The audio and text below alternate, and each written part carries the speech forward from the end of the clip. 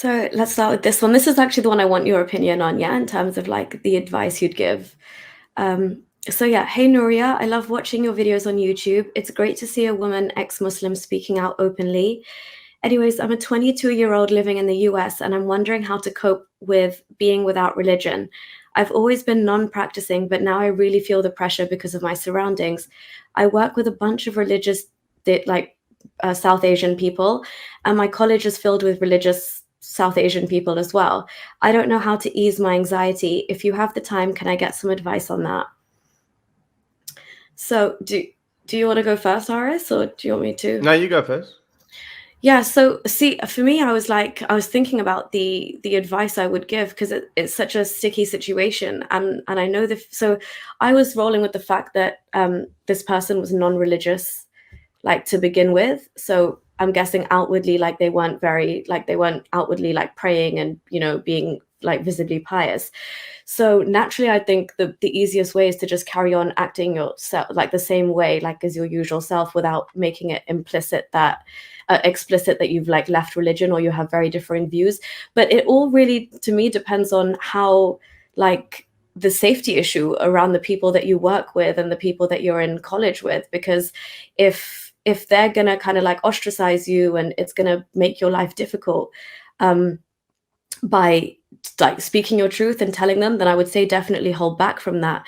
But yeah, for me, I just felt like I needed a bit more detail in terms of like what these people are actually like. But the fact that they're saying like bunch of religious makes me think that they are pretty hardcore conservative.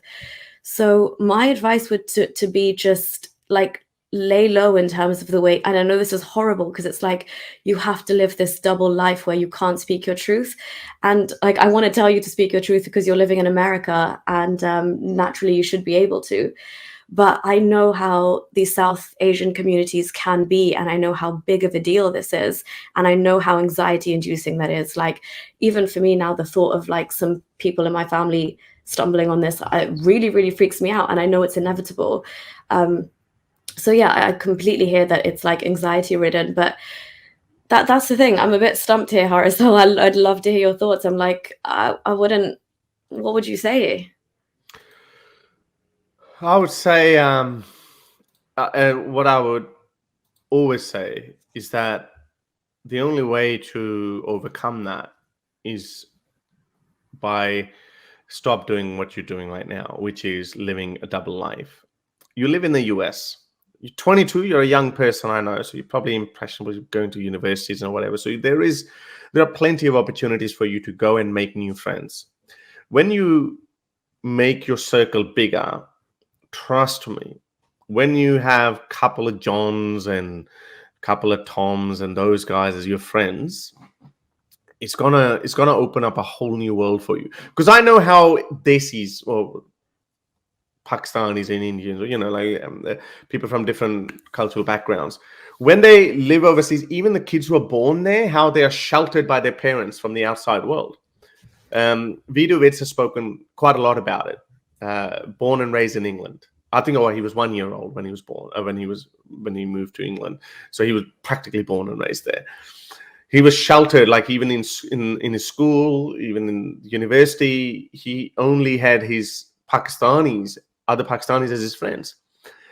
So he was sheltered from this outside Some culture. families say you can only make Muslims as friends and Pakistanis as friends. Like in 2022, I know families who don't let their children hang out with anybody non-Muslim. So yeah, this enclave of being sheltered is so real. And there's a reason behind that. So and that's racism, and that even spreads racism on both sides as well, because a white person also thinks that, am I not good enough for you to be your friend?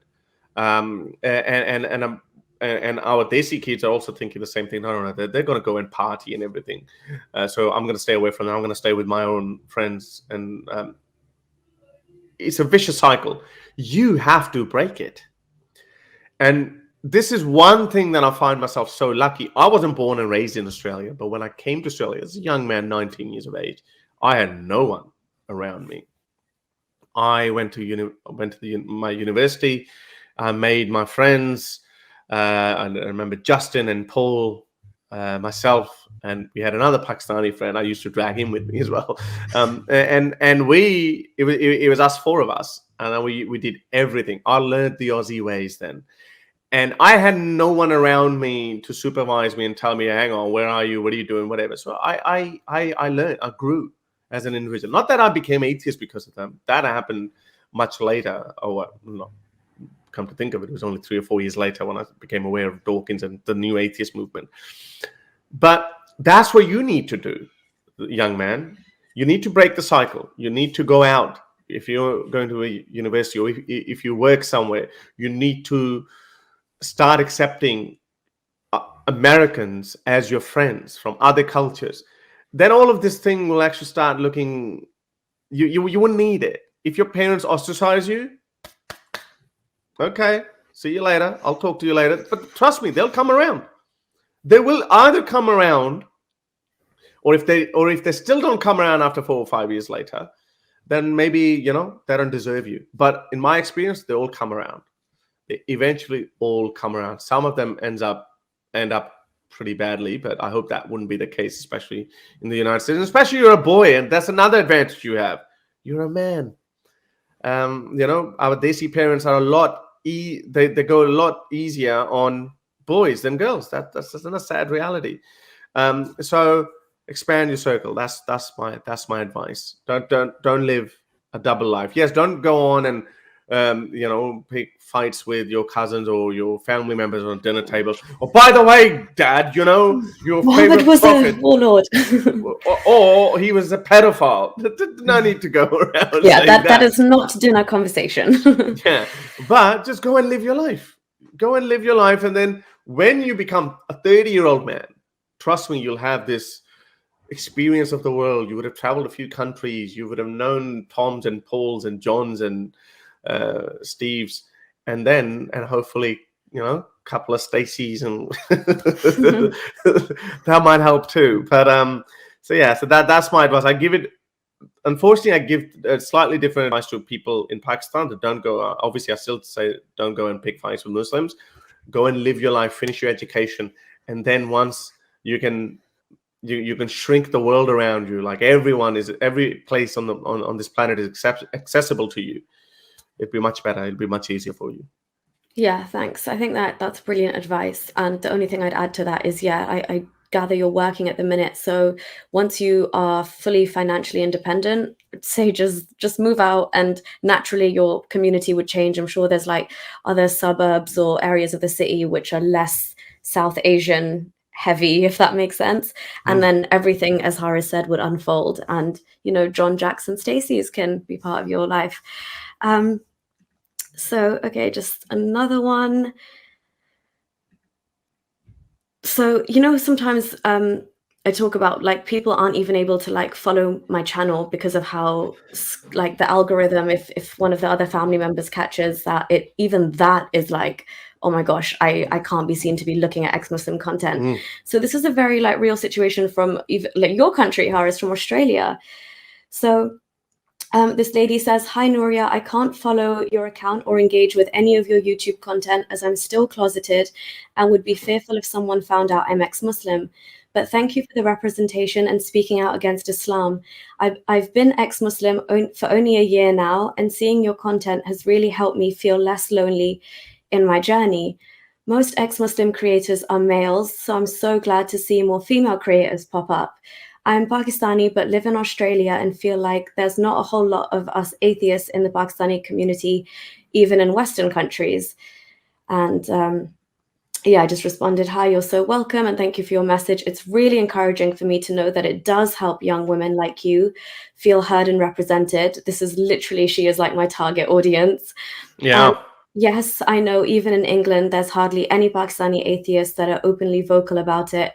It's such a tough community that most people who leave it just stay quiet about it out of fear of being ostracized by their own people.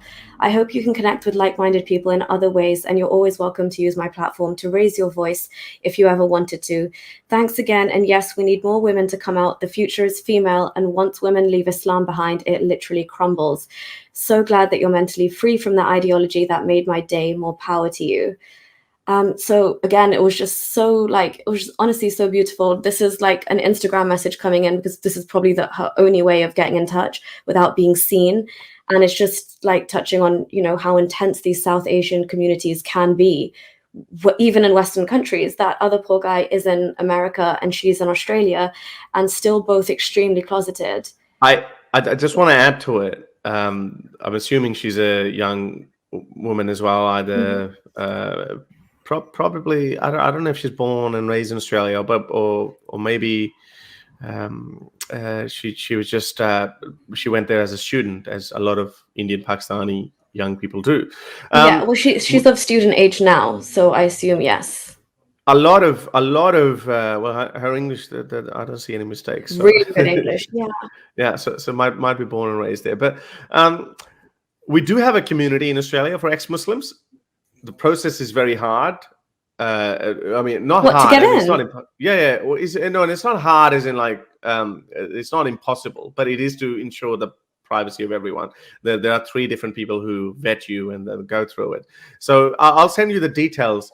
I just Well, recently another can I pass your Pakistani. message on and could you help No, this no, I'll lady send get it to vetted you. in? Okay. I'll just send it to you so you can just forward it to Okay. her, and then and we can give me the name of her, and then I'll put the word in, and Yeah, that would obviously, be awesome. Thank you. but they would obviously vet her to make sure that she's Also, not if a she's spy. comfortable doing that, because if you can't even Yeah, keep following or but in engaging my with experience, it accounts, actually helps.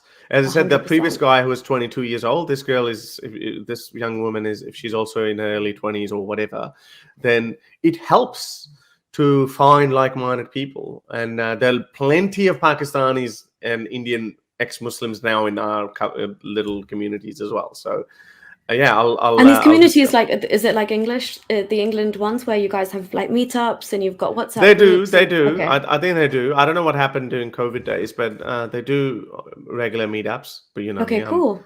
I'm a bit That old would one, be so I don't great. really care. Hmm. But yeah, but they do. Yeah, they do. Okay, awesome. Thank you. Um, so yeah, and then last one. Hello, Nuria. Thank you so much for your work. I will keep this brief. I'm not an ex-Muslim, but I have lived and worked in Muslim majority countries for the past 6+ years.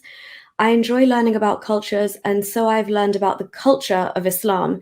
I've also made a lot of Muslim friends too. Along the way, I've even seen Westerners turn to this ideology for a variety of reasons and join it, convert, or as they say, revert. One of the most helpful interviews I watched to learn about this culture, ideology, political, military, and religious system was with the niece of Osama, who had left Saudi. My observation is this is deep deception and truly evil. I've learned a lot. Haris, you get a shout out. I've learned a lot after watching you, and for years now, Haris, very own Haris Sultan here, AP, David Wood, CIRA. Yes, those two expose Islam and are also partial to Christianity, but offer so much additional insight. I've watched other ex-Muslims because I think, in my opinion, they have some of the very um, some of the very best perspective, hands down. Your work and bravery are no short of a miracle. I wish you well and success in this battle against evil and mass deception. Some days I think about having a YouTube channel, but I would need to cover my face for obvious safety reasons to share what I've learned about this deceptive cult and also interview those that have left and survived it. And then he's curious about what's happening to Sheikh Mo's wife in England. But anyway, he goes, I'll keep watching and perhaps one day we can have a video call on my YouTube channel. Again, thank you for your work. It's crucial now for freedom since many can use the internet. Safety and peace to you. Stay free. So this is an expat who presumably, like the way I did, just spent many years growing up in Muslim majority countries. And he's seen the cultural aspects of it and has been able to see beyond that now and see that there's that cultural facade where a lot of Westerners can get muddled and think, oh, okay, this is like light Islam or soft Islam, and Saudi is like a much harsher Islam. And then having Muslim friends, he'd probably get different perspectives from all of them. But to see beyond all of that and, be able to say, hands down, this is a very dark ideology, I thought that was very cool. So yeah, that's me done. I just wanted to share those three. If you like these videos and want to support me in my activism, then you can support me on Patreon or PayPal. Stay free, everyone.